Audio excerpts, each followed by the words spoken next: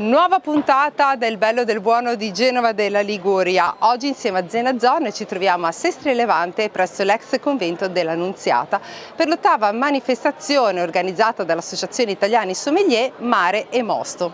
Ci vediamo dentro, andiamo a degustare qualche buon vino e qualche olio. A tra poco!